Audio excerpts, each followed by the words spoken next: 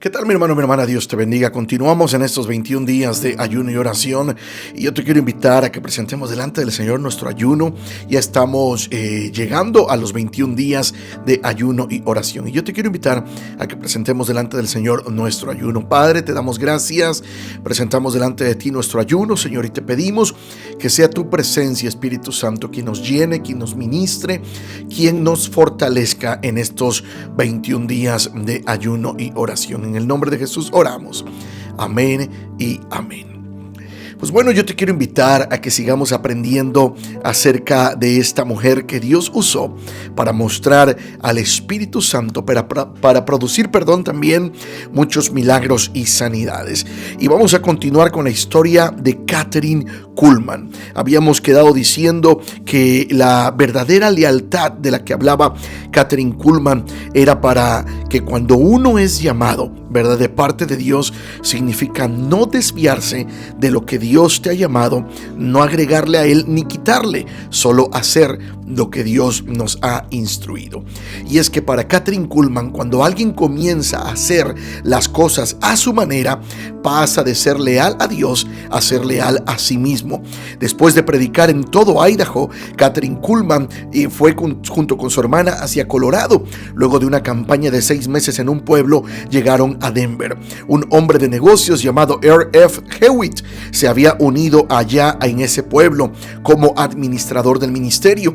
En ese año 1933, la depresión estaba en su punto más alto. Los negocios cerraban y millones de personas quedaban sin trabajo, y las iglesias luchaban por permanecer abiertas. Kathryn era una evangelista itinerante sin ninguna organización denominacional que la apoyara, pero creía firmemente en un Dios grande cuyos recursos no tenían límites. Kathryn vivía por el principio de fe y confiaba en Dios. Por eso dijo un día a su administrador que fuera a Denver, Colorado, y actuara como si tuviera $1 millón. Cuando este hombre la escuchó, pues hizo lo que ella le había indicado, y que en realidad pues solamente tenían $5 en la bolsa del ministerio. A lo que Kathryn contestó: nuestro Dios no depende de lo que poseemos o de lo que somos. Ciertamente puede obrar un milagro semejante al de los panes y los peces y multiplicar nuestros $5. Ahora ve a Denver, alquila el edificio más grande que encuentres, consigue el mejor piano disponible, llena el local de sillas, manda a publicar un anuncio grande en el Denver Post, en el periódico más famoso, y haz propaganda por radio en todas las emisoras. Este es el negocio de Dios y vamos a hacer las cosas a su manera. Lo vamos a hacer a lo grande. Para esos eventos se requerían miles de dólares, y ellos solamente tenían $5 en la bolsa. El administrador, sin embargo, le tomó la palabra y siguió sus instrucciones, y vio la provisión de Dios de manera milagrosa. El lugar había sido un depósito de la compañía Montgomery Ward. Las reuniones se prolongaron allí por 5 meses, y Dios proveyó para todos los gastos, durante los cuales esos 5 meses se mudaron a otro lugar. La primera noche asistieron 125 personas, la segunda noche más de 400. A partir de entonces ese lugar comenzó a llenarse por completo todas las noches. Después de 5 meses, Kathryn anunció que la campaña había terminado, pero las personas no querían saber nada de que se haya terminado la campaña, a lo que un hombre ofreció a dar un adelanto para un edificio que pudieran usar de forma permanente y que tuviera un gran cartel de neón con luces brillantes que dijera: la oración cambia las cosas. La gente tenía hambre de la palabra de Dios, pero el mensaje principal de Kathryn en esos años era el de salvación. Algunas veces había pastores que nacían de nuevo al responder a su invitación de recibir a Jesucristo como su Salvador y Señor. El ministerio de Kathryn Kuhlman era de fe y esperanza. Durante este tiempo, su hermana Helen había formado un coro de 100 voces y componía gran parte de la música que ellos cantaban. Kathryn experimentó el primer trauma real de su vida a fines del año 1934, cuando su padre murió en un accidente. Mucho después supo que él había caído en una calle cubierta de hielo y lo había atropellado un auto que intentó girar para no golpearlo en medio de una tormenta de nieve. Debido a la tormenta, horas después, un amigo pudo comunicarse con Catherine en Colorado. Al recibir la noticia de que su padre estaba al borde de la muerte, inició el viaje hacia la casa de sus padres en medio de la tormenta, conduciendo desde Denver, cruzando el estado de Kansas hacia Missouri. Catherine decía que solo Dios sabe a qué velocidad condujo sobre esas rutas cubiertas de hielo, con una velocidad increíble, pero una visibilidad cercana a cero. El 30 de diciembre del año 1934, Catherine llegó a la ciudad de Kansas y llamó a su casa para hacer saber a su padre que estaba a punto de llegar a su casa. Pero en ese momento le avisaron que él había muerto esa mañana muy temprano. Catherine llegó a tiempo para ver a su padre en el ataúd, en la sala de su casa, velado por sus seres queridos. El trauma fue casi más de lo que ella podía soportar. En ese momento sintió brotar de su interior un profundo odio por aquel joven que había atropellado a su padre. En alguna ocasión expresó Catherine: yo siempre había sido una persona feliz y mi padre me había ayudado a ser feliz. Ahora él se había ido y en vez de ser feliz yo batallaba contra dos extraños que me atacaban y me asaltaban todos los días: el odio y el miedo. Yo tuve el padre más perfecto que pueda tener una niña.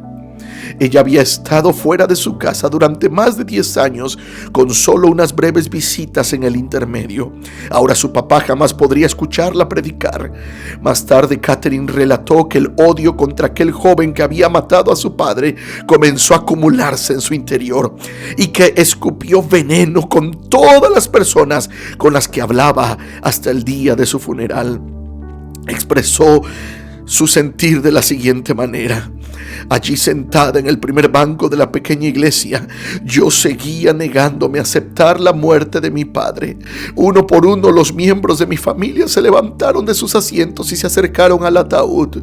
Mi madre, mis 2 hermanas, mi hermano, fueron a ver el cadáver de mi padre. Solo yo permanecí sentada en ese banco. El que había dirigido la ceremonia se me acercó y me dijo: Catherine, ¿quieres ver a tu padre antes de que cierre el ataúd? De repente me encontré adelante, mirando hacia abajo con los ojos fijos, no en el rostro de papá, sino en su hombro, ese hombro en el que tantas veces me había apoyado. Me incliné suavemente y puse mi mano sobre ese hombro que estaba dentro del ataúd. Y cuando lo hice, cuando puse mi mano sobre ese hombro, algo sucedió. Lo único que mis dedos acariciaron fue un pedazo de tela. Todo lo que en esa caja contenía era algo descartado, que alguna vez había amado y que ahora quedaba de lado. Papá, mi padre no estaba allí. Esa fue verdaderamente la primera vez en que el poder de Cristo vivo y resucitado se manifestó a través de mí. Repentinamente ya no sentía más temor de su muerte, y al tiempo que desaparecía mi temor, también desaparecía mi odio. Papá no estaba muerto, él no estaba allí, él estaba vivo en la presencia de Dios. Fue la experiencia que yo recibí al tocar ese hombro. Catherine regresó a Denver con un nuevo entendimiento y una nueva compasión. Encontraron un nuevo edificio y comenzaron los trabajos de acondicionamiento. En febrero del año 1935, el 30 de mayo de ese año, se abrió el Tabernáculo del Avivamiento de Denver con un enorme cartel de neón, luces brillantes que le habían prometido y que decía: la oración cambia las cosas. El auditorio tenía capacidad para 2,000 personas sentadas y el cartel con el nombre del tabernáculo se veía a gran distancia. Durante los siguientes 4 años, miles de personas asistieron a las reuniones. Se realizaban cultos todas las noches, excepto los lunes. El tabernáculo pronto se convirtió en una iglesia y se inició una escuela dominical, y comenzaron a utilizarse autobuses para traer a la gente a los cultos. Se hacía la tarea evangelística en los hogares de ancianos y en las cárceles. Luego Catherine inició un programa de radio llamado Sonriendo. En el año 1936, muchos músicos y predicadores ministraron en el Tabernáculo del Avivamiento de Denver. Catherine Kuhlman dijo que la muerte de su padre había sido el valle más profundo que debió cruzar, pero pronto viviría otra experiencia que llegaría a ser un valle casi tan profundo como aquel. Catherine decidió creer la historia de un hombre que conoció y que después se convertiría en su esposo, un evangelista joven a quien conoció y pronto se comprometió en matrimonio. Este hombre llamado Waltrip contaba diciendo que su esposa lo había dejado y que por eso se había divorciado, pero mientras preparaba la boda con Catherine, su corazón estaba constantemente turbado. Catherine no tenía paz en su espíritu, aunque estaba enamorada, pero la mayoría de la gente le decía que este hombre, o Mister, como se referían a ese joven evangelista, le decían que no amaba a Catherine en absoluto. Lo que ese evangelista joven amaba era la capacidad para atraer multitudes y reunir fondos, características y dones y talentos que tenía Catherine. Este hombre era bien conocido por su codicia y su estilo de vida extravagante.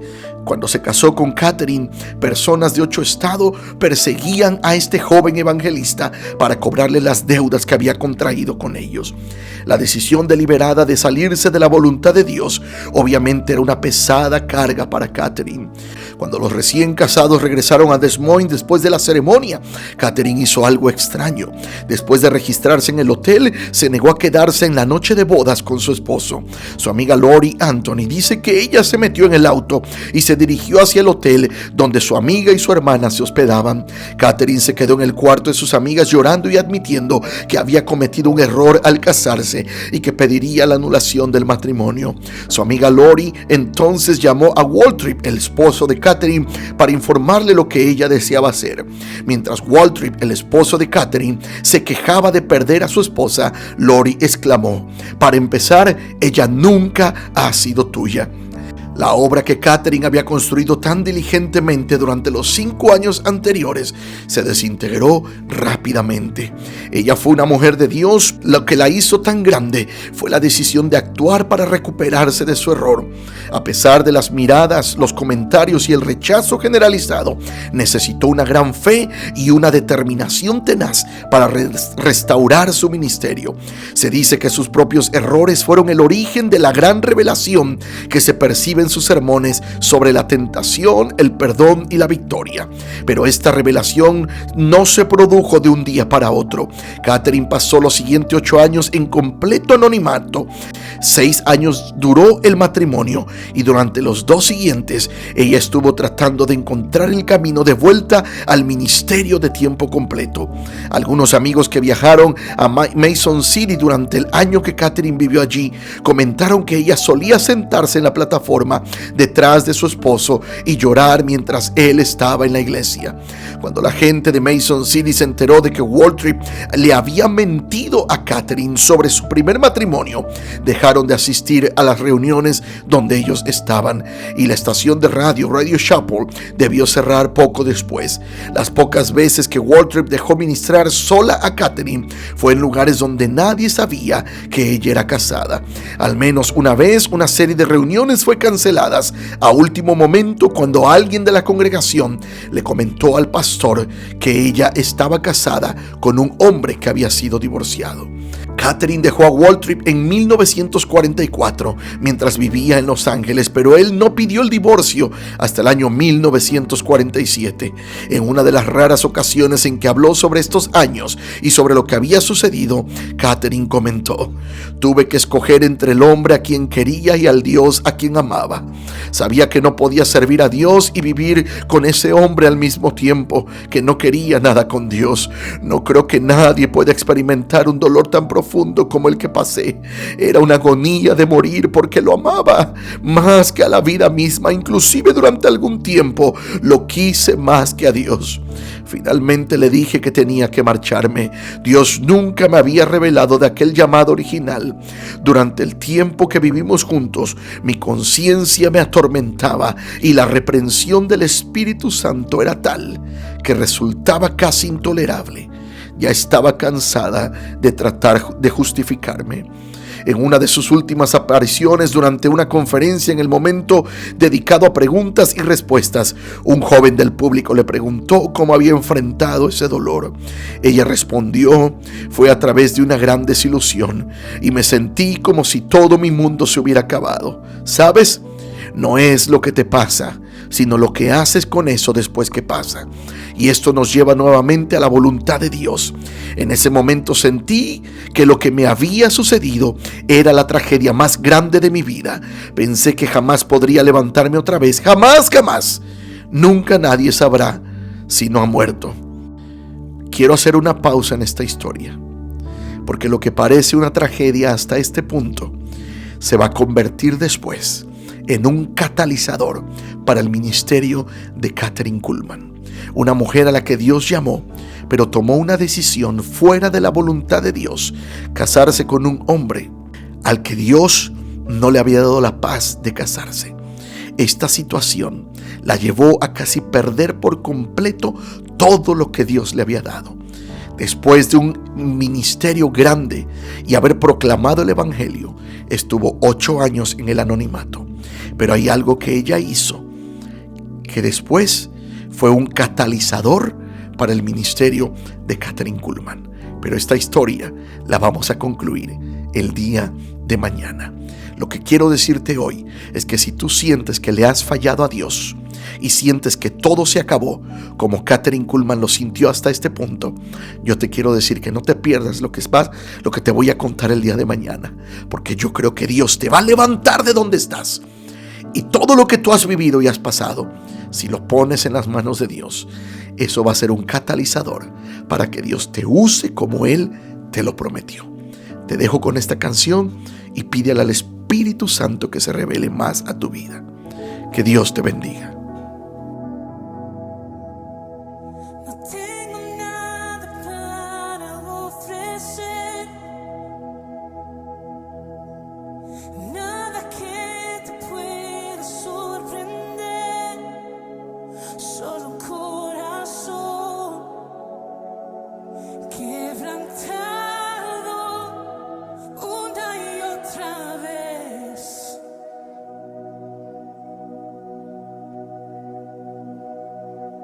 Y no hay nada que me enamore más, nada que me apasione más, solo tu presencia, solo tu mirada me hace suspirar.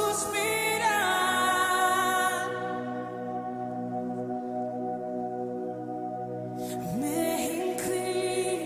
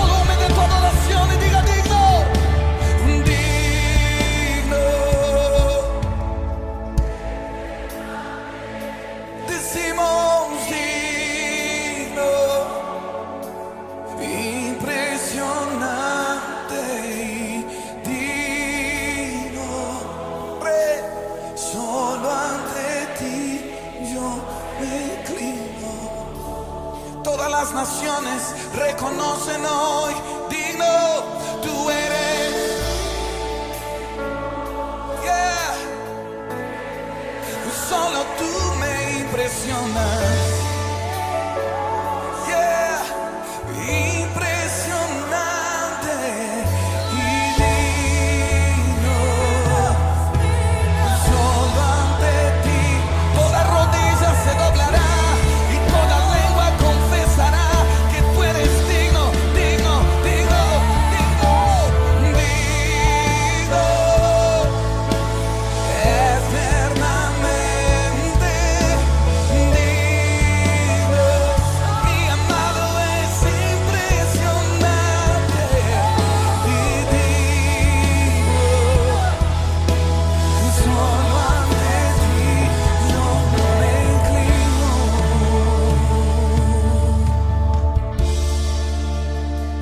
Me inclino ante ti, Rey que perdona multitud de errores. Me inclino ante ti, Rey que perdona multitud de errores. Me inclino ante ti. Las cosas viejas han pasado, todo se hace nuevo en tu presencia.